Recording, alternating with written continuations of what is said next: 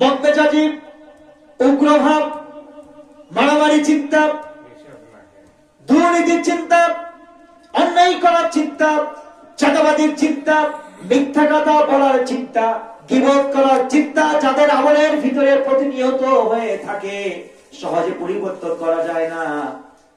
এটা বড় কঠিন কাজ। আপনি হয়তো ভাবতেছেন মিথ্যা কথা বলবো না, মনের অজান্তে হাসি রসের মধ্য দিয়ে কত মিথ্যা কথা হয়ে যায় আপনি টের পান না। এই জন্য মাহে রমজান এসেছে মুত্তাকি হওয়ার জন্য, আর রাসূল শর্ত দিয়েছেন রোজাদার কখনো মিথ্যা কথা বলতে পারে না। ঠিক কিনা? এই কথা বুঝতেছেন আলোচনা? আচ্ছা, লাআল্লাকুম তাত্তাকুন নিয়ে আমরা কথা বলছিলাম, কারণ এটা হলো মূল আলোচ্য বিষয়। কোন কোন জায়গায় আপনার পরিবর্তন চেঞ্জিং আনতে হবে, কোন কোন জায়গায় আপনাকে পরিবর্তন আনতে হবে, কোন কোন জায়গায় আপনি পরিবর্তন হলে আপনি ইসলামের জন্য উপযোগী হবেন, আর আপনার মাধ্যমে নেতৃত্ব আসবে, আপনার নেতৃত্বে সমাজ রাষ্ট্রে ইসলাম আসবে, ইসলাম এসে অধিকার প্রতিষ্ঠা করবে। এটার জন্য মুত্তাকি হতে হবে। আর মুত্তাকিদের জন্য ইসলাম এসেছে, মুত্তাকিদের জন্য ইসলামের দ্বীন কায়েমের শর্ত এসেছে, অন্য কোনো জাতির জন্য আসে না।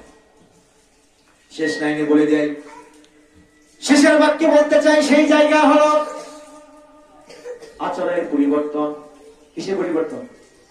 এটা একটা মারাত্মক জায়গা। আচরণ, ব্যবহার, আখলাক, খুলুকুল হাসান, উত্তম চরিত্র, এটার পরিবর্তন আপনাকে কি করতে হবে? কি করতে হবে? এই পরিবর্তন আপনাকে আনতে হবে। ভাই, আল্লাহ রাসূল একদিন সাহাবীদেরকে বলতে, সাহাবীদেরকে জানো কি কাল হাসরের ময়দানে কোন আমল তোমাকে মিজানের পাল্লা ভারী করে দিবে? একজন বলতেছে নামাজ, একজন বলছে রোজা, একজন বলছে যাকাত, একজন বলতেছে দান সদকা। সকলের কথাকে তিনি না করে দিলেন, না একটা না। সেটা কি? একজন সাহেব, তাহলে সেটা কি? যেমন আমল আছে, যে আমলটা আমাকে মিজানের পাল্লা ভারী করে দিবে।